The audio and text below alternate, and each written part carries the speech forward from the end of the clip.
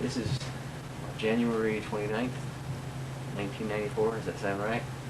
Sounds right, yeah. Sounds right, okay. And we're talking to Ed Grady, Edmund Joseph Grady, about World War II and the Korean conflict, because you were in both, right? Yeah. And from talking to you before, it's pretty amazing to me that you were in 4 of the most kind of important battles and campaigns that happened during both wars.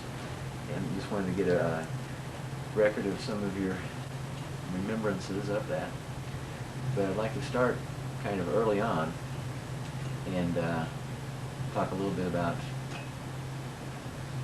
your getting into the military and at that time and where you lived and your family and that kind of stuff. So we start with, you were born in Springfield? Yeah, I was born in Springfield. Went through grade school and high school here. Then after Pearl Harbor, we were up to KC's that day, and we went up to join the Army. Where were you when the announcement about Pearl Harbor? KC's. Casey, where is that? That is one Knights of Columbus, yeah, up in, it was uptown then in Springfield. Where was it located? 6th and Edwards, I guess it was, about 6th. So you were there with some friends when the radio announced? Yeah. We were all there, and there was about, 6 or 8 of us there. And then we went up to join, and the place was closed. Was it here in town? Yeah, the recruiting office was closed. And so then after a while, a couple of days after that, I was going to get in the Air Force. And Bobby O'Brien, my friend, and a couple others said, let's join the Navy. I said, I don't like their uniforms, don't like the Navy. So they finally talked me into going in the Navy. And these were high school buddies? Yeah. So then I went right after boot camp. I had CMTC training. What's that? In the Citizens Military Training. They get 30 days in the summertime. You got to go to different Army camps, and I went to Fort Sheridan in St. Louis. Was this before you joined? Or? Before I joined, yeah. That's when I was going to high school. Oh. And so when I got in the Navy, in the boot camp, they made me a company commander. So I had to give orders to the guys that talked me into joining. And that way I stayed out of KP and everything else, and other duties that not too pleasant to talk about. Okay, so you joined in December of 1941. That's when you joined up with the Navy. No, it was in, 41, yeah. It was after Pearl Harbor was December 7th, and this was a week or so after Pearl Harbor that you joined up. Where did you go to boot camp? We went to boot camp at Great Lakes. Great Lakes? And that lasted about, what, 6 weeks, you said? Or 6 or 8 weeks, yeah. 6 or 8 weeks. What happened there? What kind of things did you get trained in, or what kind of things? Well, they just marched us around and everything, and you had to have we had hammocks then, we slept in hammocks. And you had to carry all your stuff in one bag, and then the hammock rolled around it. And, it was quite bundlesome carrying that every place you went. So then from then, when we graduated from that, went to Norfolk, Virginia, right aboard the Radford. Oh, you went straight there from Great Lakes then to the Radford? Yeah, to the Radford. When you were at Great Lakes, did you learn about ships, or did you serve on ships?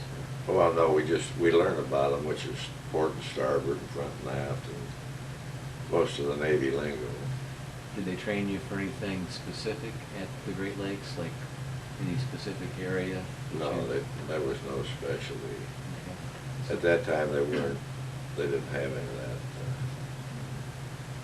that. I guess later on now that you can pick whatever you want to get into radar or anything like that, but So sometime around February of 1942, you reported to Norfolk, yeah, and you, for the first time, saw the Radford. yeah.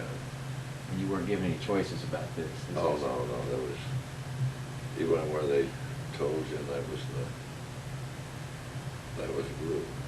So when you reported to the Radford, you just get your gear and walk on board, and how did that?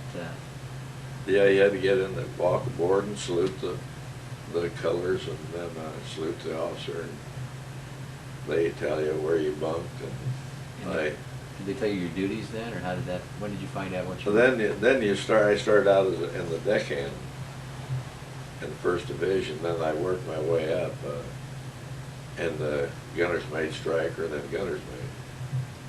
So did they train you on the Radford to learn how to use the? Yeah, they weapons? trained. All the training was right there on the Radford. Did you ship out right away, or did you stay in port for a while when you got there? We stayed in port for about 2 weeks. And then they issued us all the winter gear. You got all kinds of masks and jackets and pants and foul weather gear. And then we took one trip up towards Murmansk. And then we came back to Norfolk and got in Norfolk, and we still had all that winter gear aboard. And there were 2 ships, 2 baby carriers leaving Norfolk, and we were going to escort them what they thought was down to the Panama Canal.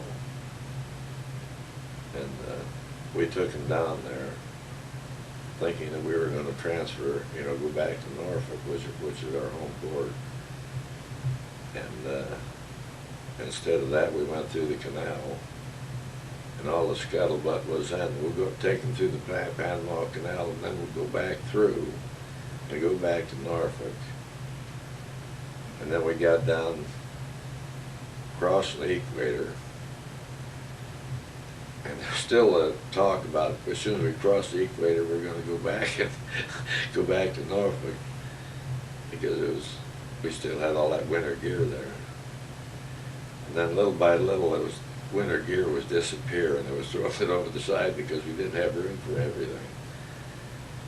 And when we got went down to Guadalcanal, and that started all the activities. Before you talk about Guadalcanal, I'd like to take you back a little bit to your trip to Murmansk, because at this time, America was trying to supply Russia. Yeah.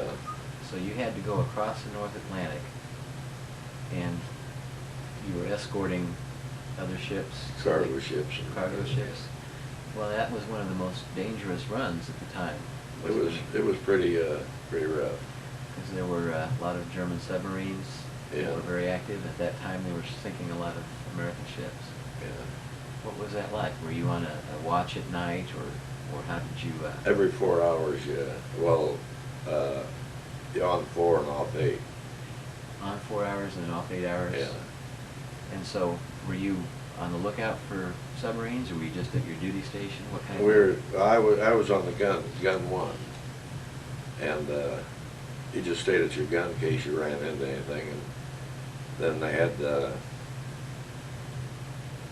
crew ready to go on full alert if they had a sonar gear sound. Did you have drills or tests? Drills, yeah. Well, sometimes we had actual drop and depth charges and stuff.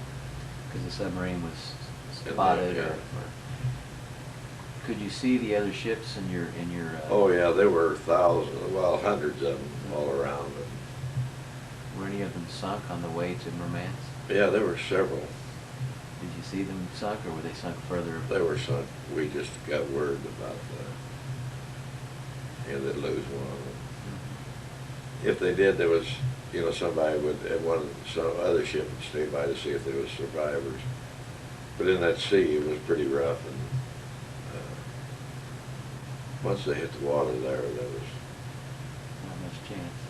So tell me about the gun. You said you were at gun 1. Was that the one on the front of the ship? Yeah, that was for 5-inch 38. It's a big gun. Now, we'll show a picture of it later, but tell me Yeah. about that gun. It shoots 5-inch shells. Yeah. And what was your? I mean, is there like a trigger you pulled, or how does that work? Well, you see, we can throw it. You can throw it in automatic, and up on the bridge is the fire control, and the fire control can fire it by radar. As a matter of fact, we were the first ship in the fleet to ever knock an airplane down by full radar control. Was that on this trip, or was that later? That was when we were in the South Pacific. Well, was your job to load the gun? I mean, did you load the shells, or what was your job with the gun? As a gun captain, I had to make sure that everything was going well. So were the guys pretty scared on that trip to Murmansk? I don't think nobody ever really talked about it. You just had your job to do, and you did it. So what did you do when you were off hours, when you weren't on the 4 hours on the 8 hours off? What did you and the guys do? You clean, you wash scrape and paint if there's paint on your gun mount or any place like that. You scrape it and repaint it. Washing the walls down, and bulkheads, what they call them in the Navy. And keeping all the equipment oiled and running. Did you sleep in hammocks again, or were there? No, when we got aboard ship, we threw the hammock. Well, we didn't keep. Well, I kept my hammock, but I threw the mattress away. And then as we got down, see, there's a way of getting up on each side of the gun mount. And when we got down the South Pacific, I had my hammock strung underneath my gun mount. Oh yeah. So when they sounded general quarters, I could just roll out of that and get right up in my gun mount. So you'd sleep next to your gun. But see, in the gun, you got the gun mount, you got an upper handling room, and then down in the next deck is a magazine. So you're responsible for that and all the equipment. Like there's a hoist that takes it from the magazine to the upper handling room. The upper handling room goes to the gun. So I've seen pictures of some of the ships that were going up to Murmansk in that area. When you got up pretty far north, I imagine it got pretty cold. Oh, it was colder than heck, yeah. So there was ice forming all over the ship? Yeah. when you were on watch, or when you were out manning the gun?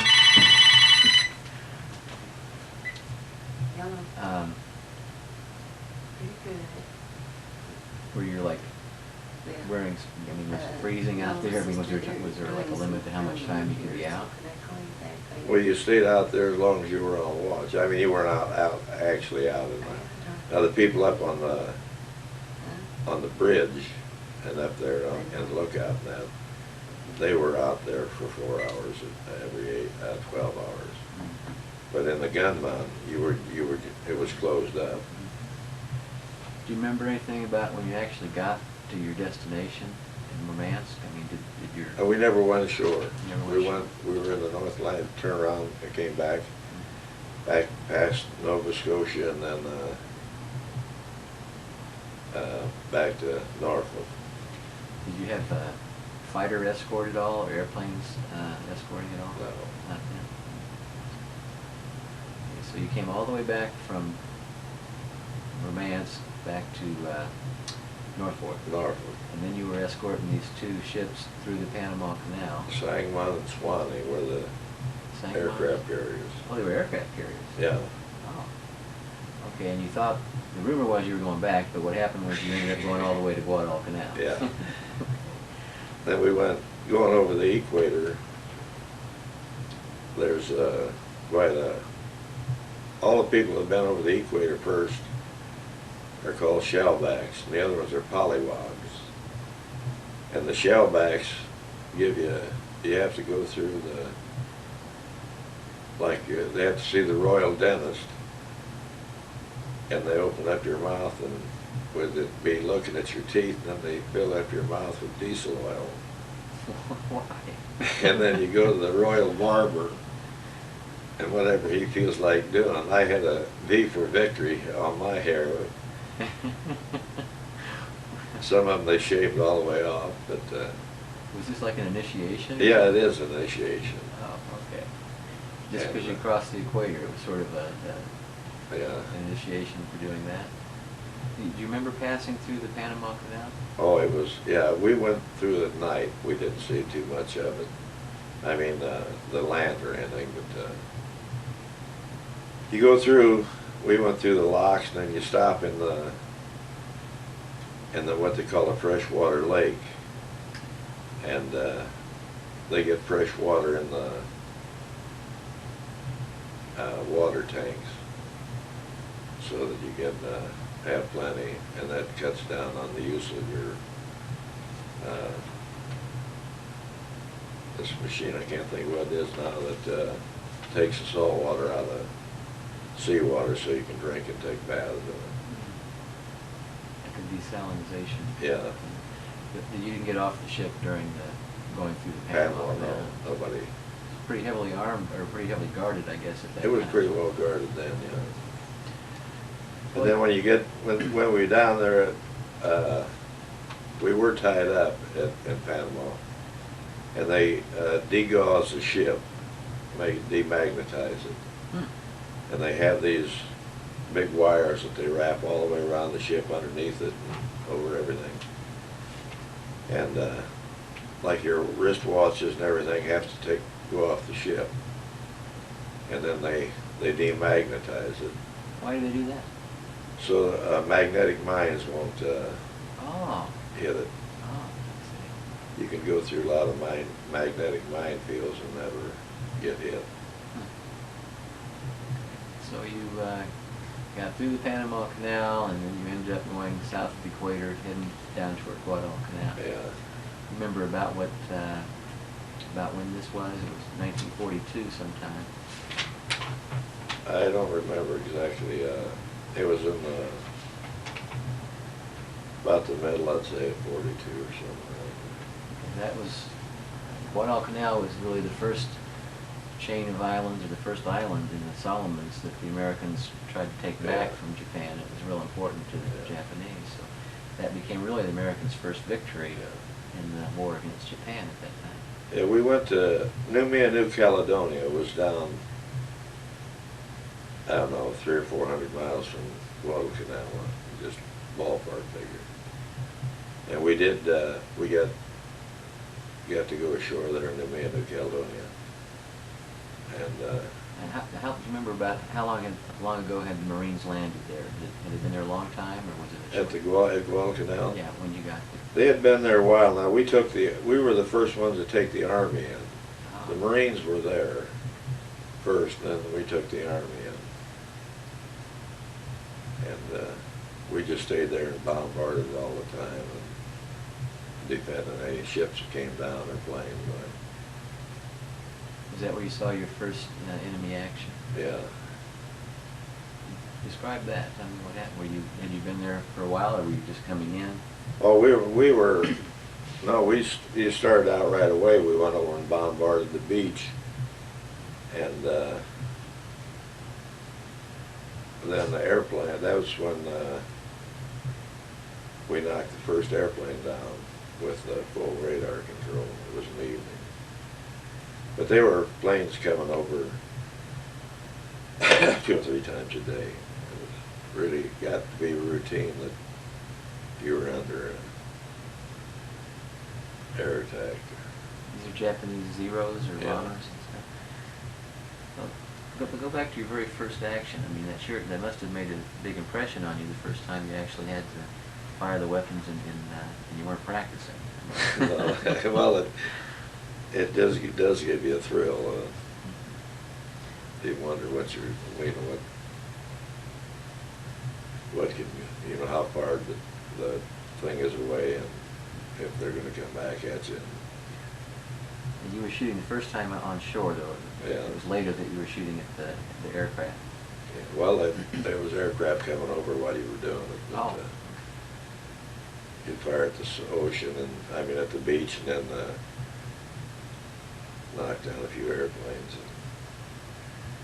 So what was it like to, I assume the airplanes were shooting at your ship, too. Yeah. Did you take any casualties? Oh, we took, one time they strafed it and knocked 4 of our guys out on that time. But they weren't dead. They were injured, but not. They weren't killed. No. Did you have a hospital on ship of some kind, or? We had a doctor. But if they got real serious, they either there was a hospital ship there at Guadalcanal. Well, at Sabo Island, but not at Guadalcanal.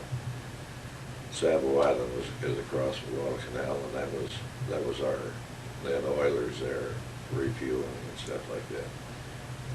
So your job in going into Guadalcanal was you helped bring the army there, Yeah. and then you were just helping to finish taking the island and defending it Yeah. from attack. Did you get off the ship while you were there? Not then, but we did later on when, after it was pretty well secured, we had, you got 2 cans of beer, and you could go ashore and drink it. Yeah, you couldn't drink on the ship? No. Remember what kind of So beer if it you was? wanted more than 2 beers, you'd find somebody that would sell you one of his, and they usually cost $1 to $5 a can. But money meant nothing anyway, because there was no place to spend it. Well, did they give you a check on the ship, or did they? You could get. I usually got checks, and then most of the time you didn't even take the money. You got what they called health and comfort, and you get maybe $20 a month or something like that, and buy your cigarettes. Cigarettes were 50 cents a carton. Ooh. And you had to, I was smoking Lucky Strikes, I remember. In order to get Lucky Strikes, you had to buy a carton of Raleighs. And the guys would go get a carton of cigarettes and then throw the Raleighs over the side. There's a lot of cigarette butts down there. Now, you told me once a story, this may have come later, but about how they buried a Japanese general on Guadalcanal. Oh yeah, they buried him shallow. They buried him up with his face up, and they put a tube in his mouth with a thing in it. And the guys used to walk by there and piss in it. That's a big word. So, you said your first time at Guadalcanal, you were there, you were defending the island and trying to finish taking the island under attack by aircraft. Were you ever inside of enemy ships at that time? Oh, there was always usually 5 or 6 of us run together. And then like while they were at Guadalcanal, we were going up farther up the slot to what they call the slot. It was the string of island between there and New Guinea. That's about the time that President Kennedy was in the PT-109 Yeah. and got sunk in the slot. Yeah. You're probably there about that same time. Trying to figure out the dates on that. I don't know exactly, but they didn't. There were so many of them that was hit, and he really didn't pay much attention. So you were there for a while, and then where did you go next on Guadalcanal? Well, then, see, how did we get? We had 10 days rest and recreation down in Sydney, Australia. Oh, what was that like? It was nice. I mean, your wife's here, so I know you can't talk too much. Oh, go ahead. No, we, Bothers me. my buddy and I went to see, at the King's Cross Theater, they had the movie Casablanca. And they had that Drink to America, and we both had jugs of beer. They said to American, we clicked our jugs together. About that time, the shore patrol were running around seeing who had them. But then, after that, we went back to Guadalcanal. Now, you've got a citation here from the Secretary of Navy that talks about action against Japanese forces off Kulambangira. Thank you, Kulambangira Island, New Georgia, in the Solomon Islands. And this was in the nights of July 5th and 6th, 1943. You remember that action? Yeah, that was pretty rough. We'd been followed. There's a big Japanese task force in the islands. And of course, we didn't know it was that big and had the ships they did. And while we were during the battle, several of their ships were sunk, and the Helena, which was one of our big cruisers, they couldn't find her. She wasn't answering her call letters. And then they found out that she was sinking. And it was our job to get survivors off of it while the battle was going on. So we they went by there, and there was a lot of bodies floating, live people, and some dead in the water. And we picked up a bunch of them. And I remember my gun crew got the first one out of the water. And I had a big shell loader by the name of McLaughlin. He was about 6'6". And he reached over the lifeline and got a hold of this guy and got him over on our side, on the safe side of the lifeline. And he said to this guy, he said, if I'd known you were coming, we'd have baked a cake. And the guy thought we were all crazy. He'd have to jump back over the side. And so we picked up a bunch of them then. And there was a Japanese ship making a run on us. So we yelled to the guys that were in the water, we'd be back after them. And these guys were all oily and everything and taking off their life jackets. And this guy he was scared to death. He said he didn't have a life jacket. So I said, here, I took off my life jacket and gave him mine. And he said, are you crazy? And I said, we're not going to sink. And so we went out and we sunk a Japanese cruiser with the help of another ship. We torpedoed it. And then we went back and picked up some more survivors. And then there was another ship coming at us, so we had to leave them again. Went out and sunk it, and came back, and then we picked up the rest that we could get. And so you were under fire from Japanese ships? And well, yeah, 2 or 3 hours. What was that like? I mean, I can imagine what it's like to have the airplanes shooting at you, but were the shells landing in the water near you and splashing? Oh, they you? were all over you, and the torpedoes, 2 or 3 torpedoes went underneath the ship. They had it set too deep. Could you see them under the water? Or? Well, you could see them coming at you. White phosphorus, like a trail coming at you. That had to be a little scary. Yeah. We had one that they had to flank back down that went by the bow. If they hadn't backed it up, so fast, it would blow the bow off. So did you take any hits during this rescue operation? Did the ship get hit during that time? No, we didn't get nothing on that one. No casualties? No. So you've been in the Solomon Island area for a while now. Yeah. Where did you go from there? Went to, oh, wait a minute, there was one ship, that's when the New Zealand ship got damaged. So we, then to get rest and recreation after that battle, they said we took this, Auckland. We took the ship to Auckland, New Zealand. It was their pride and joy. And it was damaged. We took her, escorted her down. Then we had 10 days there, rest and recreation. Then came back, and that was about the time we went to New Guinea and then into the Philippines. You went to the Philippines?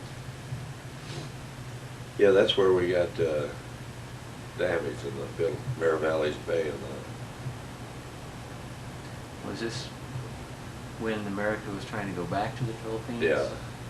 So this was about the time that MacArthur returned? yeah, we took Doug out, Doug in, escorted the ship that he was on. He was called Dugout Doug because he used to hide in the dugout. But they, But you were escorting his ship? yeah, Because you see a lot of times you'll see the movies of MacArthur walking up on the shore at Yeah, well, the Philippines. he had, then he got on the landing craft, took him up, and they could have landed him on solid ground, but then they backed the ship off, the thing off, the landing ship, lowered the thing, and he walked in the water So to he make could- it so he could dramatic. make movies, yeah. Could you see him from your ship when he was doing? No, we were out a little ways. Well, when you were part of this task force that came back to the Philippines, were you under fire at that time? Yeah. Yes. We, now I watched the paratroopers landing on Corregidor. On Grady. Yeah. Some of their chutes didn't open too good. Mm. I saw the plane, some of them come right straight down. Of course, now there was talk that it wasn't the paratroopers, that it was supplies that were just dropping, but Mm. Some of the chutes didn't seem to open. it didn't look like it was. And then during we went around at Marivalles Bay, and we were bombarding around there. And they had these mines. We had the mine sweeps went all the way through it, and they said it was clear. And we went into the beach there, I mean towards the beach to bombard. And while we were doing it, they had like a keyboard, and they had pressed a button, and a mine had come up. And the mine came up under us. They had us triggered in, and blew a pretty good hole in the sides of the ship. Really? And we were in a sinking condition for about 7 days. No drinking water. Were any of the crew injured? Oh yeah, we had, I don't know how many deaths we had. We had a lot of injured. What was that like? You remember the feeling of the explosion? Oh yeah, I got blown up in the air, and I lit on the gun side. Might hurt my back a little bit, but there was so much activity that you don't. Was there a fire? No, there was no. They were probably. It got hit in the forward engine room, right behind my magazine, and everything was watertight integrity. The rest of the ship, or we probably would have gone down right away. And the bodies were still down in the engine room there for, well, I guess about 10 days before we ever got in. When they were floating dry dock in the Philippines, and then they drained the water down and got some of the bodies and parts of the bodies out. Was that pretty traumatic for the crew?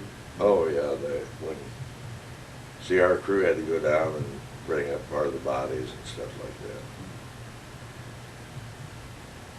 But I remember one body that looked like one of this big blown up rubber ball.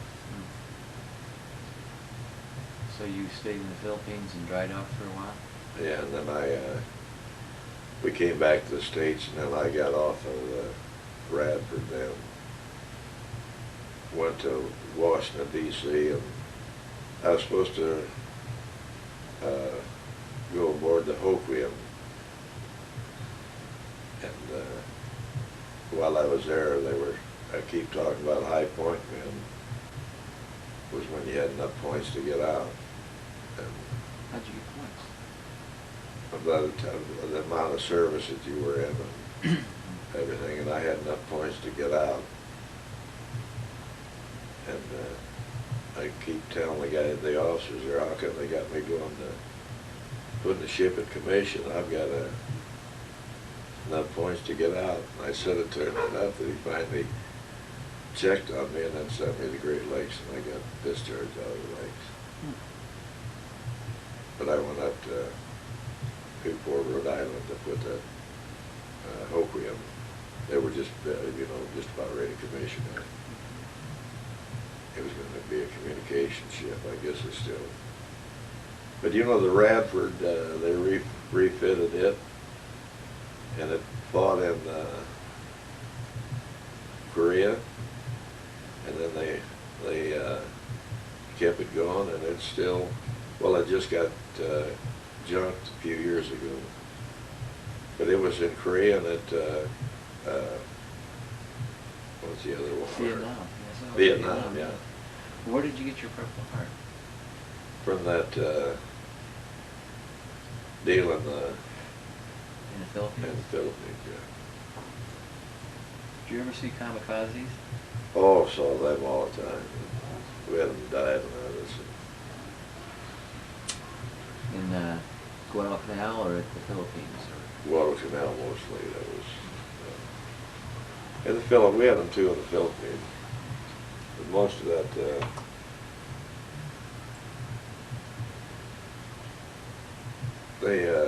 we knocked pretty much. We knocked one down and picked up his body and brought up, took the stuff out of his pocket. But I remember vaguely, distinctly, because he had the top of his head blown off, and you could see his brains. And then when they threw him back over the side, his head hit the top of the gutter outside on the outside of the ship. And the guys were getting ready to wash it down. And somebody said, "What do you got for supper tonight?" "Stew."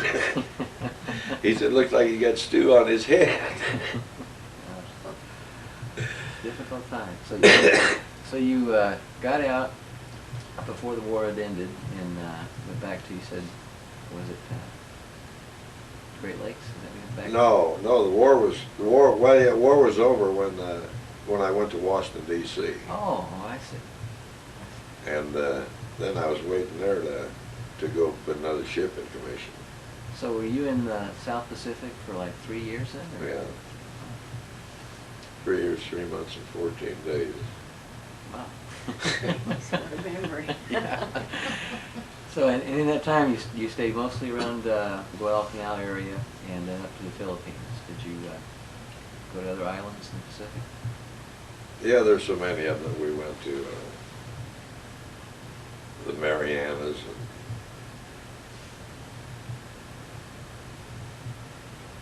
Now, there were several famous battles in that area, which happened at that time. Remember, like the Battle of Midway, or the Battle. The Battle of Midway was taking place. We were in on a lot of that. Some of it we were decoys, thinking we were invading the. Now, one of them was when we didn't invade. We went toward the Philippines, and then they had the battle. I think the Battle of Midway. I'm not sure what it was, but we were the decoy because we had a small task force, and they thought that it was the start of invasion of the Philippines. Instead of that, they took another island, that Marianas. a long time to be in that area. Do you remember when they dropped the bomb on Hiroshima? I didn't, I don't remember where I was even. I remember when I came back, Jimmy King, a friend of mine that I went to high school with, worked on the atomic bomb. And he had said to me one time that we had a weapon that could end the war in 24 hours. And I didn't believe him, but then when I found out that where the bomb was made, started out in Chicago and then down in Tennessee, and that's where he was. He was in both places. You remember where you were when you got word that the war had ended? No, I don't. I don't know if I was in San Francisco or if I. Remember celebrating? Oh yeah. But I don't remember where it was.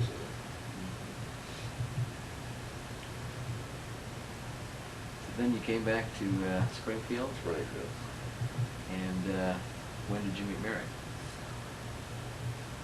That wasn't too long after that. You met at Norbandy's, right? Or you- Norbandy, yeah. We really met at the old high school. Oh, I've known her for several years while in high school time. And you were a football star in high school, right? Yeah, football captain.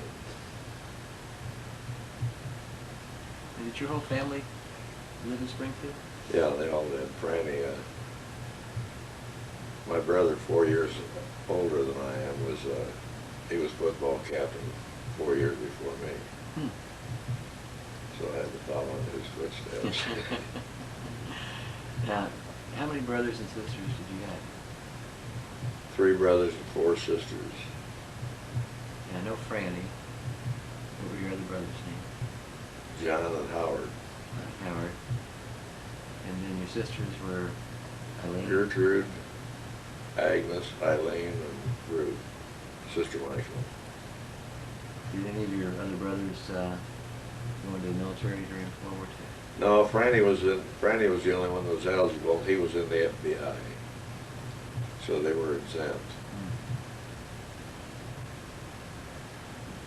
Now, when did you marry Mary? This is between World War II and the Korean conflict? Yeah. Remember what year it was? 45. 45. Oh, it was what month then? What's your anniversary? October the 25th. Hey, yeah. Gotcha, Mom, gotcha. I was thinking, So the war hadn't been over too long. Because it ended like in August, I think, of 45, something like that. I think we were married in 45. I know we were married. And where did you get married? Blessed Sacrament. Who was your best man? Bobby O'Brien. We got to talk me into going to the Navy. Is that right? Oh, Bobby. Did he serve with you on the Radford? No, he went. He stayed stateside for a long time. And did you know any of your crewmates on the Radford before you? No. There was one guy, L.D. Smith from Springfield, was on there. He never came aboard. He was a radioman, and I haven't seen him. Wasn't Ed Lonergan on there too? No, Ed was in the Air Force. Oh. So you married Mary, and let's see, with Korean conflict didn't start till 1950, about 1949-50, right? So did you have any children at that time? So you had, you already had Patrick, but I had Patrick and we had Tim? Tim. Dang. That's when you had to go back in the service. Oh, I guess we just had Patrick. Yeah, I went for 18 months in Korea. Before we get to that, where did you live when you got married? We lived in an apartment. Yeah. I don't remember where it was, though. Had one on Douglas. Yeah, Douglas. Yeah, that's before the kids were born. South Douglas. Then the Korean conflict broke out, and you were recalled, or what Yeah. happened? I was gunner's mate then, they needed that. Then I went aboard the Hoquiam. The Hoquiam. That's the Yeah. ship that you were going to go aboard back in at the end of World War II, right? No, No? I must have mixed up on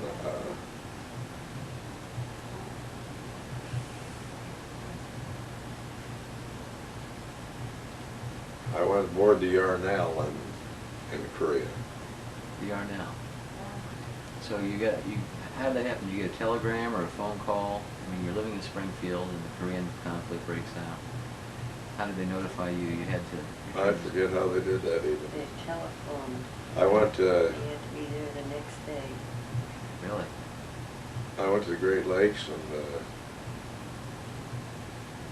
they issued us uniforms. I think it was less than a week. And I called Mary and I told her, and she said, she said, when you coming home? I said, I don't know, I'm going to be in Tokyo Tuesday. Wow. And they flew us over to How'd you feel? Japan. How'd you feel when you got recalled? I mean, how did you feel about having to go back in the Couldn't conflict? believe it, could you? Couldn't hardly believe it. So you went to the Great Lakes, got uniforms, and then got flown to. San Francisco to Hawaii to, we did stop off at Guam for a couple hours. I know we had our dress blues on when we left the lakes. And when we got to Guam, it looked like an island about the size of $50 from an airplane. And I thought maybe I was getting sick all of a sudden because we were coming down, ground was getting, the air was getting hot.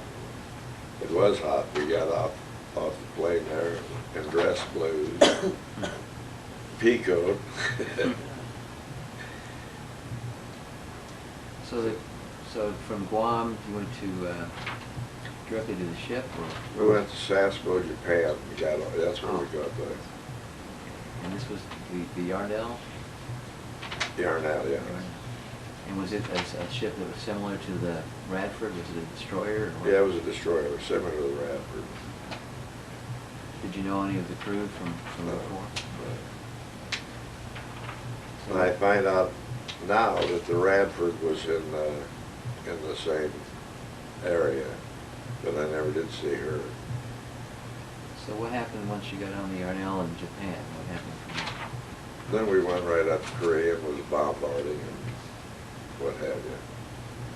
Was that straight? Did you go straight to Incheon?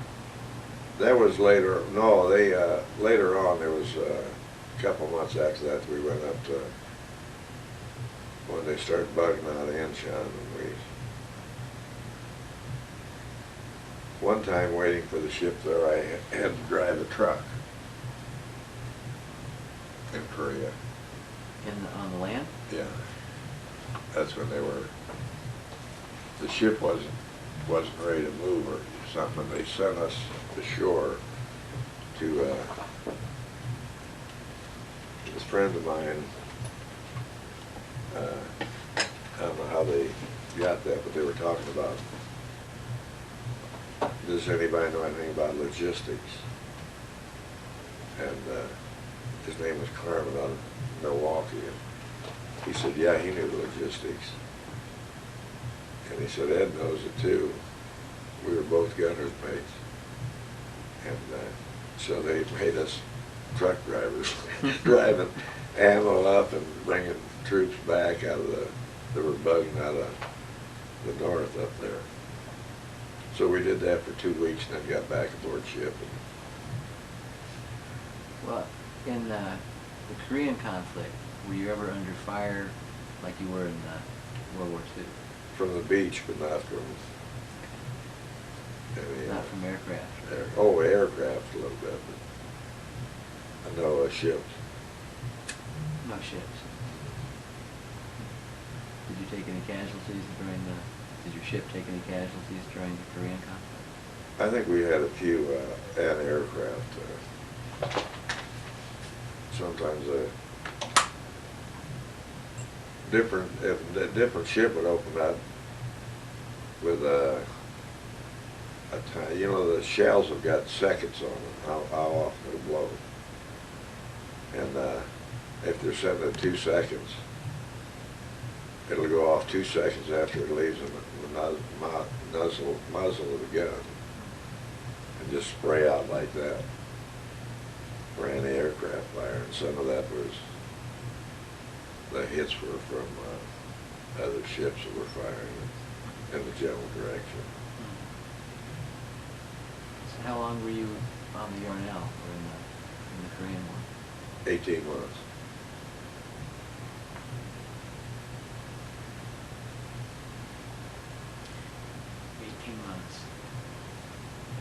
Think the batteries ran low?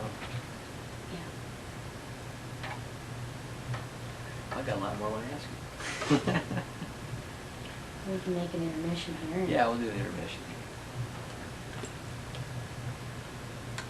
Any night but Monday or Thursday. Yeah.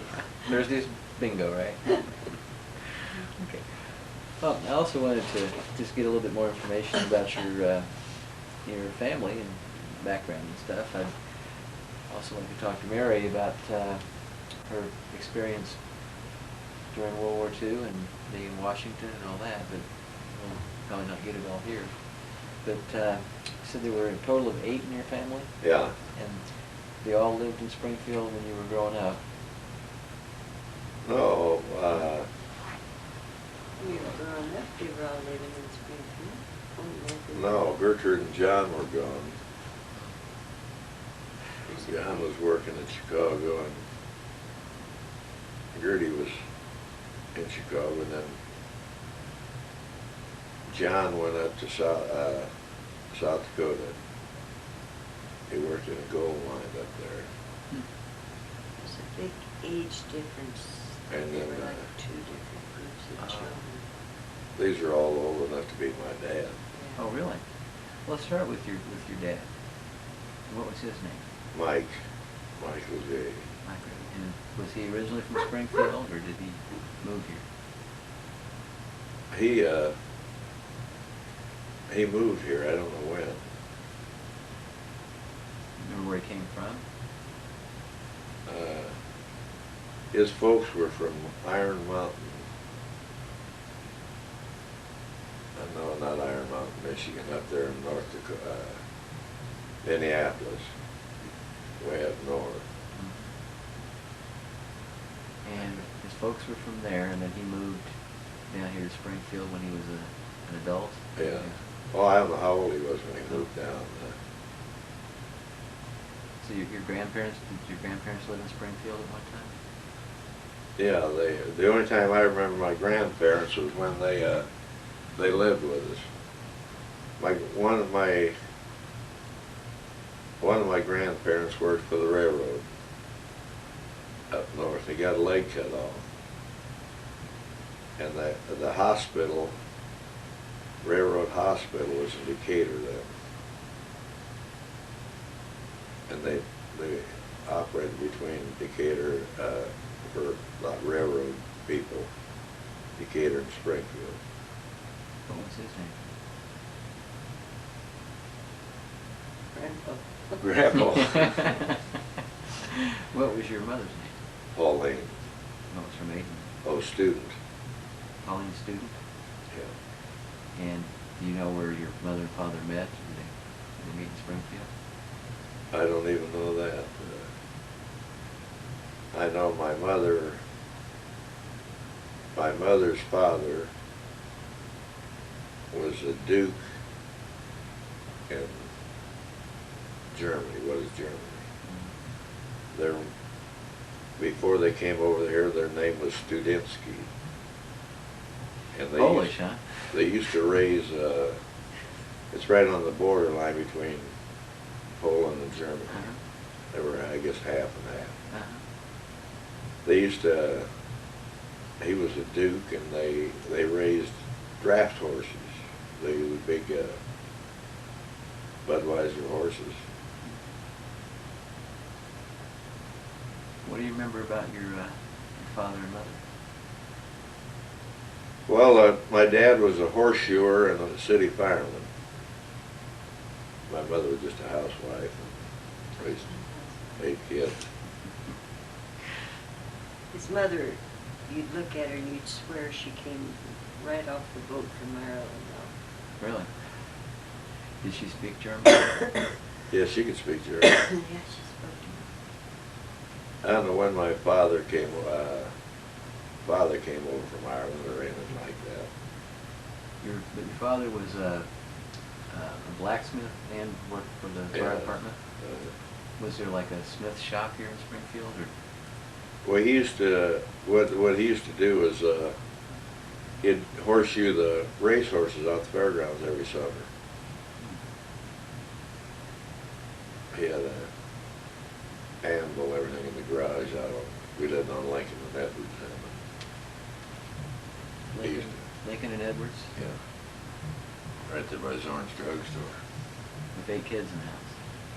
No, most of them were gone. It's about 2 different Oh, okay. families. All the older ones had already left, and all these little ones came in, plus the little leaves. See, there were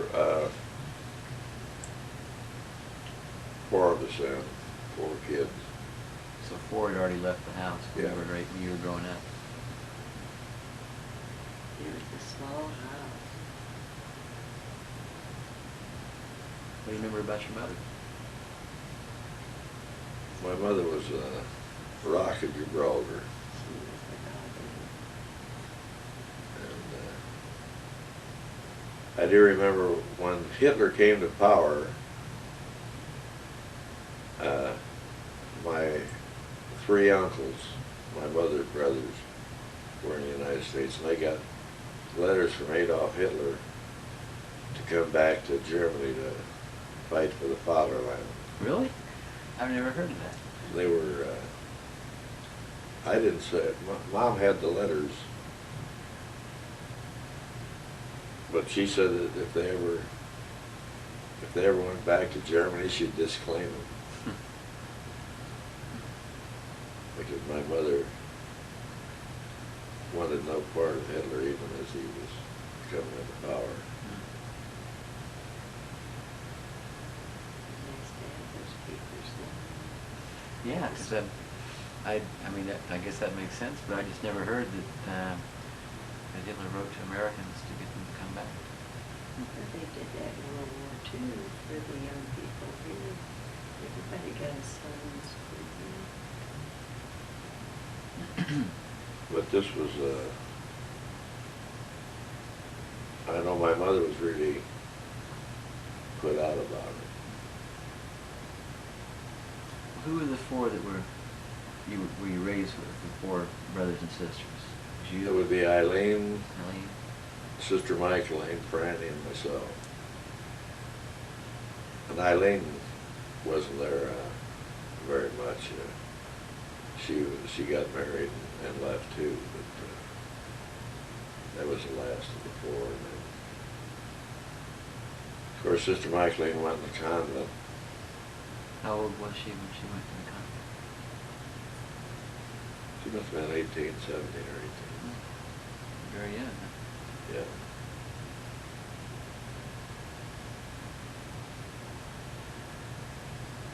And then right after Franny wasn't there, well, when I went to high school, Franny was gone. Because he went to college, and while he was, then he went to Washington, D.C. with the Bureau. Were you the youngest? Yeah, the baby. You They remind me of it at times. How much much older is Freddie than you? 4 years. I think it's still recording. Probably not for long.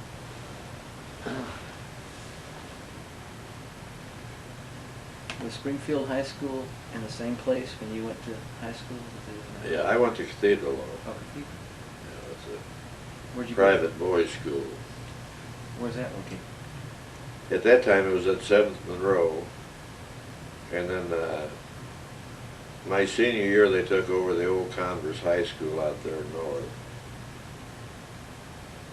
And then they had that for a couple of years, and then they built what is Griffin High now,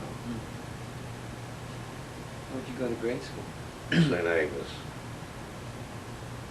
Is that in the same place? Or? No, it's tore down now. It's out there on east-west Washington and Amos and Washington. The big new church out there. It's But cool. the old one was right across from the building here. Across the street from the Stratton building. Oh, really? Yeah, they just tore that Matter down. of fact, the Secretary of State Police is in the old convent. It's that brick building on the corner. It's not where the parking garage is now, is that? Yes. Oh, that building, okay.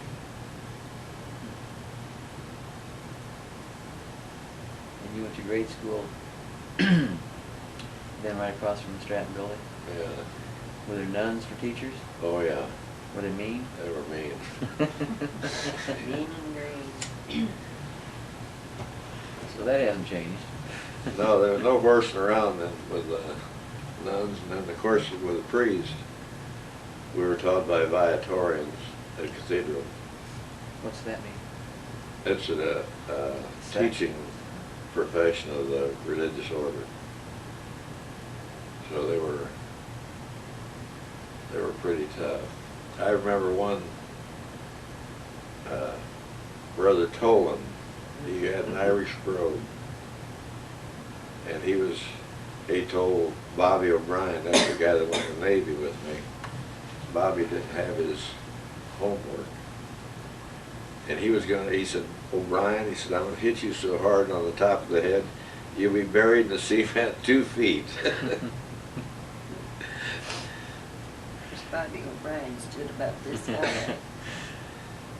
So did you like school growing up? It was interesting. I played sports, so you got to be a little privileged, so to speak. Where was the football stadium when you were playing? It's most of it was played there at the old high school. It's still there, their practice field. And then we practiced out north end Lincoln Park. But most of the games were played there at Springfield High School field. But now then some of them were played out at Lanphier, where Lanphier stadium is where they played baseball. So what did a high school kid do in Springfield when you were growing up for fun? Well, they had a soft drink nightclub out on the way to, it's on the way to Rochester now. It's called the Green Diamond, and kids used to always go out there. Bands. We had a band. Did you have a car? No. Did you So I did you borrow your parents' car, or did you just go with friends? went with friends. No, my dad, he used to get the biggest cars he could get his hands on. Of course, he drove the fire engine, and he thought he had as much right away with his car as he did with the fire engine. But Cathedral High School had a dance every Friday night, and that took everybody right to Cathedral. And you met when you were still in high school? Yeah. Do you remember meeting?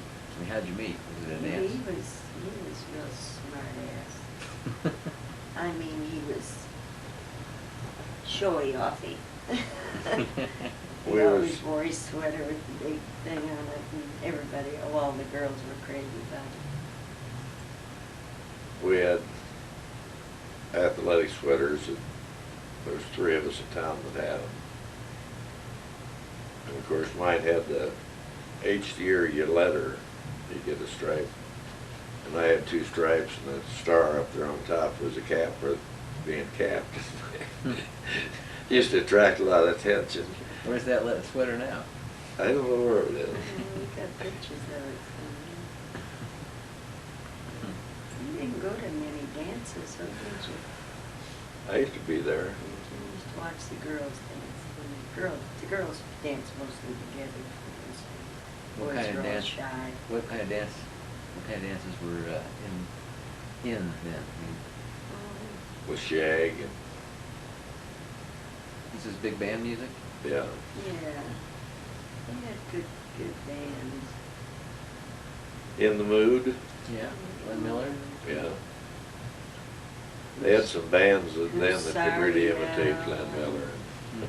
We heard those all on the radio yesterday, didn't Do you remember meeting at all? I mean, the first time you met? we? Yeah, I kinda do, I think. Fuzzy with me, Francis.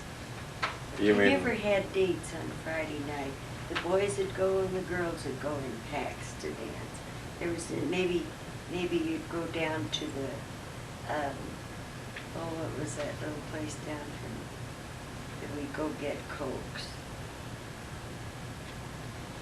Well, that's all they served. There was no drinking or anything in those days, like now, it was all. And maybe if it was a nice night, everybody'd walk home that lived in this area, they'd all walk home. Well, you wouldn't do that now, after dark. Did you date in high school? no. No. Just kind of met each other or knew You each were other? more like pals then. It wasn't date. You'd go in groups, 3 or 4 or 5, and just have nice evenings. Walk through the parks or, Did you drink? Not too much, no. I didn't drink. Did a lot of roller skating, ice skating. Yeah, ice skating, go ice skating. I used to ice skate every night. I know what skating was in. Yeah, when I think back of how every students were, it makes you think like you're from the backwoods, really. I mean, it was after we had grown up that things got really bad. It was nice, clean fun that we had. Did you skate too? Mm-hmm. Where was the skating rink? Well, they had Washington Park, and then there was a skating rink here. But Ed would have to hold on to me. I was not. He's an excellent skater, ice skater. I didn't care about I had a chance to skate with ice volleys one year, but it would interrupt my football. And you needed that letter sweater to Yeah, impress you the did. girls. You gotta have that letter sweater. So do you remember when you came back and from the war, and did you just kind of run into Mary at Norvandy's one night, or was that a place you both went a lot? That was a place all the young people went down to North Andes on that Friday, Saturday night. We used to go in there about noon. And they had all the tables put together, pushed together. And you'd sit down, order a drink, pay for the whole round. Maybe there'd be 30 guys there. You only got a chance to buy one drink. But in the evening, girls would go down there in groups and boys would go down there in groups. I don't know how we ever got connected, really, because I didn't like you. One of the things, she won a big teddy bear one time. They used to have these punch boards and all that up there. And she won that, and I carried the teddy bear home for her. Ah, then it started. That's when it started. We still got the teddy bear. You still got the teddy bear? Yeah, I forgot all about that, Dad. Huh. He was a good-looking guy. All the girls liked him. I'll bet. But he never had any girls. Oh. He just liked them all.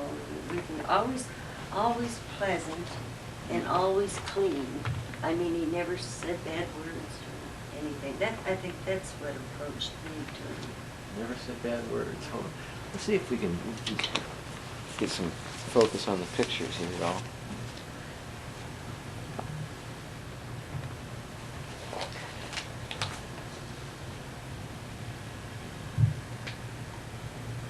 Let's see.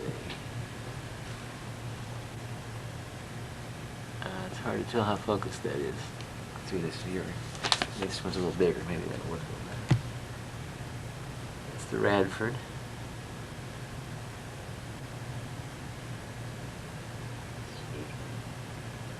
Okay, that E is flashing. I don't know what that means, but let's see. It has been. Yeah, let's see if we can rewind. We don't have any other Can we stop pictures, it? do we? Pause. Let me stop all the way.